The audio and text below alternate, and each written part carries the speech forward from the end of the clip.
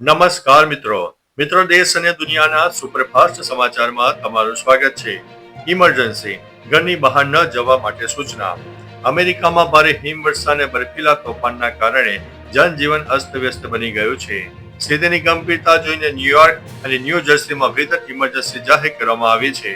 આ કુદરતી આફતને કારણે આશરે 14,400 ફ્લાઇટ રદ કરવી પડી છે અથવા તો મોડી ચાલી રહી છે. પ્રશાસને લોકોને ઘરમાં જ રહેવાની કડક સૂચના આપી છે. પેન્સિલ્વેનિયામાં અને અન્ય રાજ્યોમાં હાઈવે પર કોમર્શિયલ વાહનોના પ્રવેશ ઉપર પ્રતિબંધ લગાવવામાં આવ્યો છે. અન્ય મહત્વના સમાચારની વાત કરીએ તો ભાવનગર ડિવિઝનની 4 ટ્રેનો લંબાવાઈ છે. પશ્ચિમ રેલવે મુસાફરોની સુવિધાને ધ્યાનમાં રાખીને ભાવનગર ડિવિઝનમાંથી પસાર થતી 4 સ્પેશિયલ ટ્રેનોની સમયસીમા હવે ફેબ્રુઆરી 2026 સુધી લંબાવવામાં આવી છે. જોકે મુસાફરોએ નોંધ લેવી કે ભાવનગર ટર્મિનસ પર પીટ લાઇનના રિપેરિંગ કામને કારણે ધોળા દૈનિક ટ્રેન 25 જાન્યુઆરી 2026 સુધી રદ રહેશે. આ ટ્રેનનું સંચાલન 26 જાન્યુઆરીથી ફરી શરૂ કરવામાં આવશે અને 28 જાન્યુઆરી 2026 સુધી યથાવત રહેશે. અન્ય મહત્વના સમાચારની વાત કરીએ તો એલર્ટ થઈ જાઓ, ભારતમાં વેચાઈ રહી છે નકલી રસી. ઓસ્ટ્રેલિયાએ ઇન્ડિયન ઇમ્યુનોલોજીકલ લિમિટેડ દ્વારા ઉત્પાદિત એન્ટી રેબીઝ રસી અભયરાબના નકલી ડોઝ અંગે ચેતવણી જારી કરી છે. જેમાં કહેવામાં આવ્યું છે કે 2023ના અંતથી ભારતમાં નકલી રસીઓ વેચાઈ રહી છે. એટીજીએ જણાવ્યું છે કે એ આ સમસ્યાનો ચોક્કસ બેચમાં ઓળખી કાઢી હતી. હાલમાં નકલી બેચ વેચાઈ ગઈ છે. જેને નકલી રસી મેળવી છે તેમને નવો ડોઝ લેવાની જરૂર પડશે. અન્ય મહત્વના સમાચારની વાત કરીએ તો રશિયાનો યુક્રેન ઉપર અત્યાર સુધીનો સૌથી મોટો ડ્રોન હુમલો. રશિયા યુક્રેનની રાજધાની કીવ ઉપર અત્યાર સુધીનો સૌથી ભયાનક હુમલો કર્યો છે. આ હુમલામાં રશિયાએ 500 ડ્રોન અને 40 મિસાઇલનો મારો ચલાવ્યો હતો. સતત 10 કલાક સુધી ચાલેલા આ હુમલાને કારણે કીવ અને આસપાસના વિસ્તારોમાં મોટા પાયે નુકસાન થયું છે. આ દુર્ઘટનામાં 2 લોકોના મોત થયા છે અને 32 લોકો ઘાયલ થયા હોવાનો અહેવાલ છે. આ હુમલાથી સમગ્ર શહેરમાં ભયનો માહોલ છવાઈ ગયો છે. અન્ય મહત્વના સમાચારની વાત કરીએ તો ચોટીલામાં આરોહણ અને અવરોહણ સ્પર્ધા 30 ડિસેમ્બરે યોજાશે. ચોટીલામાં 30 ડિસેમ્બરે 6ઠ્ઠી રાજ્ય કક્ષાની આરોહણ અને અવરોહણ સ્પર્ધા યોજાશે. રમતગમત વિભાગ અને જિલ્લા વહીવટીતંત્ર દ્વારા આયોજિત આ સ્પર્ધામાં 14 થી 18 વર્ષની વય જૂથના 371 સ્પર્ધકો ભાગ લેશે. જેમાં 253 યુવકો, 118 યુવતીઓ અને સ્પર્ધકોએ 29 ડિસેમ્બરે સાંજે રિપોર્ટિંગ કરવાનું રહેશે. સ્પર્ધા સવારે 7 વાગે શરૂ થશે. 1 થી 25 નંબરે આવનારને રોકડ ઇનામ અને સીલ આપીને સન્માનિત કરવામાં આવશે. અન્ય મહત્વના સમાચારની વાત કરીએ તો અરવલ્લી વિવાદ. આવતીકાલે 3 જજોની બેન્ચ કરશે મહત્વની સુનાવણી. અરવલ્લીની ગિરિમાળાના વિવાદમાં હવે સુપ્રીમ કોર્ટે દખલગીરી કરી છે. કોર્ટે આ મામલે સ્વતઃ સંજ્ઞાન લઈને કેસ 3 જજોની બેન્ચને સોંપી દીધો છે.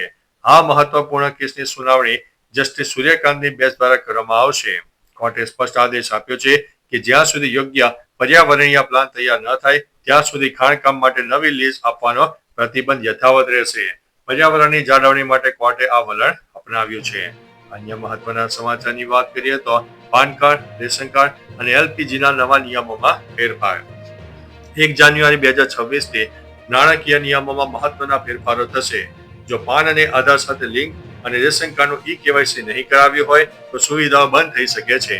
એલપીજી અને સીએનજીના ભાવમાં ફેરફાર શક્ય છે, જ્યારે વાહનો મોંઘા થશે. સરકારી કર્મચારીઓ માટે 8મો પગાર કમિશન લાગુ થવાની પ્રબળ શક્યતા છે, જે પગાર વધારો લાવશે. ઉપરાંત યુપીઆઈ અને સિમ કાર્ડના નિયમો છેતરપિંડી રોકવા માટે વધુ કડક બનશે. અન્ય મહત્વના સમાચારની વાત કરીએ તો બનાસકાંઠા પોલીસ સામે વિરોધ. બનાસકાંઠાના પાલનપુરમાં ભરત ચૌધરી હત્યા કેસમાં પોલીસે મુખ્ય આરોપી ભાર્ગવ માળી સહિત 6 આરોપીઓની ધરપકડ કરી છે. પોલીસે આ આરોપીઓને ઘટના સ્થળે લઈ જઈને જાહેરમાં માર માર્યો હોવાનો આક્ષેપ સાથે માળી સમાજમાં ભારે રોષ જોવા મળી રહ્યો છે. સમાજના આગેવાનોએ પોલીસની આ કાર્યવાહીને ગેરકાયદેસર ગણાવીને વિરોધ પ્રદર્શન યોજ્યું હતું. તેમનું કહેવું છે કે પોલીસે કાયદો હાથમાં લેવાને બદલે કોર્ટની પ્રક્રિયા અનુસરવી જોઈએ. અન્ય મહત્વના સમાચારની વાત કરીએ તો ઓપરેશન સિંદૂરને લઈને રાષ્ટ્રપતિનો ખુલાસો. ભારતે કરેલ ઓપરેશન સિંદૂર અંગે પાકિસ્તાનના રાષ્ટ્રપતિ આસિફ અલી ઝરદારી એક કાર્યક્રમમાં કબૂલ્યું છે કે ભારતીય કાર્યવાહીના ડરથી આમ પાકિસ્તાન આર્મીના ઉચ્ચ અધિકારીઓ અને તેઓ પોતે બંકરોમાં છુપવા માટે મજબૂર બન્યા હતા. ઉલ્લેખનીય છે કે જમ્મુ કાશ્મીરના પહેલગામમાં થયેલા આતંકી હુમલાના જવાબમાં ભારતે ઓપરેશન સિંધુ શરૂ કર્યું. તેમણે કહ્યું છે કે તેમના લીડરો તેમને જંગ શરૂ થઈ હોવાની જાણ કરીને બંકરમાં જવા કહ્યું હતું. અન્ય મહત્વના સમાચારની વાત કરીએ તો સુરતમાં દીકરીના ત્રાસથી માતાએ ઘર છોડ્યું છે. સુરતના વાલક ગ્રીન વેલી રેસિડેન્સીમાં રહેતી એક વૃદ્ધ માતાની તમામ મિલકત તેમના દીકરા અને દીકરીએ લખાવી લીધા બાદ તેમને ઘર છોડી દીધી હતી. સંતાનોએ માતાની પ્રોપર્ટી વેચીને સુરતમાં મકાન ખરીદ્યું, જેનું ભાડું તેઓ વાપરતા હતા, પરંતુ માતાને માનસિક ત્રાસ આપતા હતા. દીકરીના સતત અપમાનથી કંટાળીને માતાએ મહિલા સુધારણા ચેરિટેબલ ટ્રસ્ટનો સંપર્ક કર્યો. હાલ આ માતાને લોકસેવા સદભાવના વૃદ્ધાશ્રમે આશ્રય આપ્યો છે. અન્ય મહત્વના સમાચારની વાત કરીએ તો કેસર કેરીના રસિયા માટે માઠા સમાચાર. ગુજરાતના ગીર પંથકમાં કેસર કેરીના પાક ઉપર સંકટના વાદળો ઘેરાઈ રહ્યા છે. ડિસેમ્બરમાં જોવા મળતો મોર આ વર્ષે 10 થી 15% જ બગીચામાં જોવા મળી રહ્યો છે, જ્યારે 70 થી 80% બગીચામાં હજુ મોર આવ્યો નથી.